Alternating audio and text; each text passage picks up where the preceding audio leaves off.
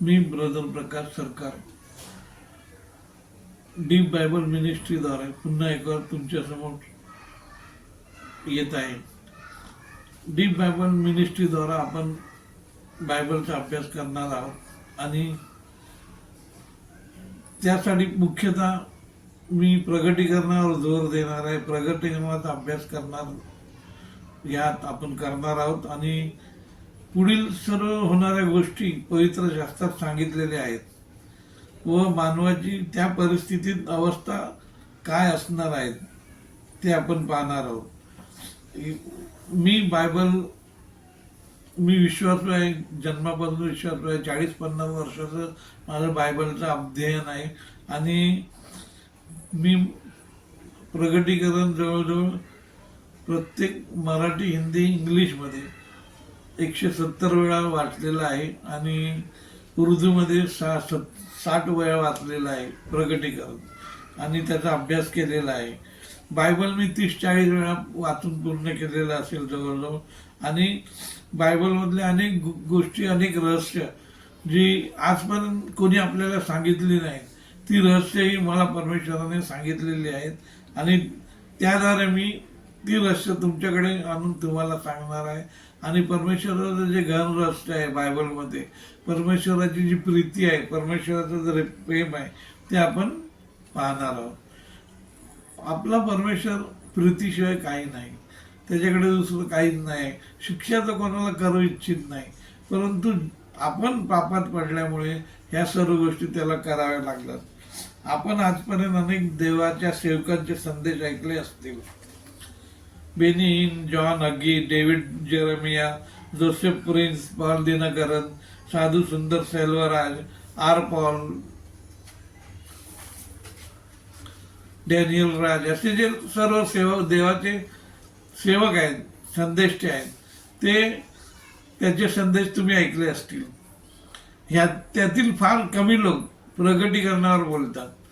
प्रगटीकरण हे फार गहन आहे, त्यामुळे सर्वसामान्य ज्ञान असलेले लोक त्यात हात घालत नाही.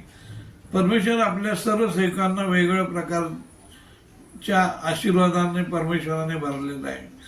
परमेश्वराचे जे सेवक आहेत ते परमेश्वराचे वचन सांगताना एक जण एका वचनातून वेगळा अर्थ काढेल, दुसरा त्यातून आणखी वेगळा अर्थ काढेल. अशा प्रकारे परमेश्वराच्या पवित्र आत्मेद्वारे कार्य चालू आहे आणि परमेश्वरा ज्याप्रमाणे आपल्याला दाखवेल त्याप्रमाणे आपण त्याचे स्पष्टीकरण इतरांना करून देत असतो. आपण जेव्हा परमेश्वराचा अभ्यास करतो तेव्हा सर्वात महत्त्वाचं म्हणजे पवित्र आत्म्याने भरून ते करायला पाहिजे. मलाही परमेश्वराने काही गोष्टी दाखवल्या आहेत, त्या मी तुम्हाला सांगणार आहे, कारण त्या मी इतर कोणाकडून ऐकलेल्या नाही आहेत, म्हणून मला त्या तुम्हाला सांगायचे वाटतं. कारण परमेश्वर आपला जो आहे तो अतिशय गहन परमेश्वर आहे, अतिशय दयाळू परमेश्वर आहे. तो कोणाला सोडत नाही. प्रत्येकाला तो त्याच्याजवळ येतो, त्याला तो धरून ठेवतो, त्याच्यावर प्रेम करतो, आगापे प्रेम करतो. आणि हे सर्व करत असताना आपण अनेक सेवकांचे संदेश ऐकलेले आहेत, ऐकणार आहोत आणि ऐकतो.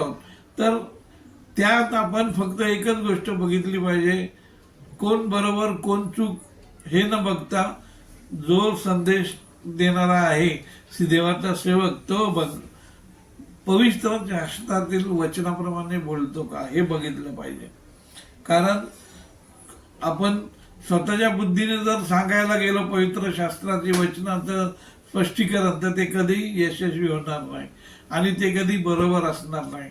त्यामुळे त्या वचनाचा गहन अर्थ समजून घेऊन ते सांगितलं पाहिजे आणि कोण बरोबर कोण चूक हे करण्यापेक्षा आपण सर्वांनी मिळून ते काम करत राहिलं पाहिजे. कारण शेवटचा काळ आलेला आहे आणि परमेश्वराचं येणं अतिशय जवळ आहे आणि तो कधी येईल सांगता येत नाही. म्हणून तो येण्यापर्यंत आपल्याला येण्या अगोदर आपण आपली तयारी केली पाहिजे. आपण आपलं कर्तव्य, आपलं काम पूर्ण केलं पाहिजे. आपला परमेश्वर अनन्य परमेश्वर आहे आणि तो काही आपल्यापासून लपून ठेवत नाही. त्याला नाही असं वाटत की कुणीतरी आपण काही लपून ठेवावं बाकीच्या गोष्टी सांगाव्या. प्रभू आपल्याला सर्व गोष्टी स्पष्टपणे सांगतो. आमोस 3:7 मध्ये प्रभू आपल्या सेवक संदेष्टे यांना कळविल्याशिवाय खरोखर काही करत नाही.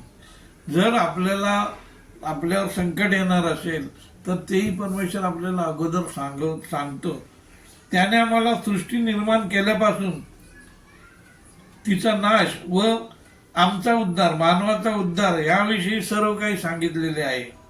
त्याने आम्हापासून काही लपून ठेवले नाही. बायबलमध्ये सर्व त्याने सांगितलेले आहे आणि त्या गूढ गोष्टी ज्या आम्हाला समजल्या नाहीत त्या आपण पाहणार आहोत, कारण त्या आपण समजून घेतल्या पाहिजेत.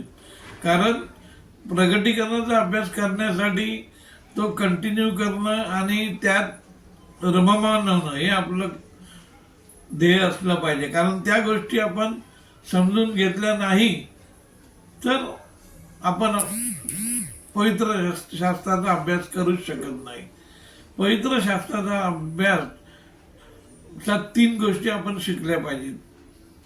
एक, देवाचा स्वभाव, नेचर ऑफ गॉड फार महत्वाचा आहे. त्याच्याशिवाय तुम्हाला देव कळणारच नाही ना. आणि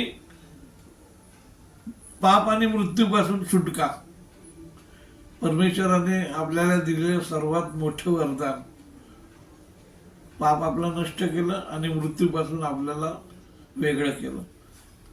आणि मग त्या व्यतिरिक्त परमेश्वराने बायबलमध्ये आपल्याला दिलेली अनेक दान आहेत. पवित्र आत्मा, पवित्र आत्मा ही अनमोल भेट आहे परमेश्वराची.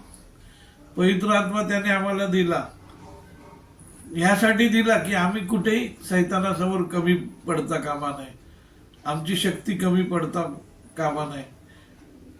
आणि ह्यासाठी त्याने आम्हाला पवित्र आत्मा दिला आहे. तर आपण डीप बायबल स्टडी मिनिस्ट्रीद्वारा याचा पवित्र शास्त्राचा अभ्यास आठवड्यातून 2 दिवस करणार आहोत. आणि वेळ मिळाली तर दर दिवशी मी संदेश अपलोड करत राहीन आणि ते आपण यूट्यूबवरून, सुरुवातीला यूट्यूबवरून हे करून नंतर मग आपण इंस्टाग्रामवर ते पाहू शका. मला या गोष्टीची बिलकुल माहिती नाही आहे, यूट्यूबवर कसं काम करायचं, काय करायचं, इंस्टाग्रामचं वगैरे काही माहिती नाही आहे. तरी मी त्याचा प्रयत्न करत आहे. आपल्या सोयीस्कर वेळेनुसार आपण हे जे संदेश मी अपलोड करेन ते पाहू शकता. माझा मोबाईल नंबर आणि बाकीच्या गोष्टी ज्या आहेत त्या मी माझ्या त्या बॅनरमध्ये संदेश सुरू करताना तुम्हाला दाखवणार आहे आणि सांगणार आहे. तर आपण जास्तीत जास्त प्रकारे संदेश ऐकून घेऊन ते सबस्क्राईब करून शेअर करून मला सहाय्य करावं. कारण परमेश्वराच्या सुवार्ता गाजवण्याचं काम हे माझं एकट्याचं नाही आहे, आपल्या सर्व ख्रिस्ती बांधवाचं आहे. आणि जर मग आपण ते सर्व मिळून केलं तर ते जास्त मोठ्या प्रमाणात होणार आहे आणि जास्त लोकांपर्यंत ती सुवार्ता जाणार आहे आणि जास्त लोक त्यात सहभागी होणार आहेत आणि जास्त लोकांना देवाचा आशीर्वाद मिळणार आहे. उद्देश हा आपण ठेवला पाहिजे. मला माहिती आहे, मी सांगतो आणि हे हुशारी नको, तर सगळ्यांना बरोबर घेऊन एक चित्ताने एकत्र येऊन काम केलं पाहिजे आणि परमेश्वराचा गौरव केलं पाहिजे. यासाठी आपण प्रयत्न करूया आणि तुम्ही मला त्यात सहकार्य कराल हे नक्कीच माझा विश्वास आहे. आणि परमेश्वर त्यासाठी आपल्याला सहाय्य करण्यास तयार आहे. थँक्यू.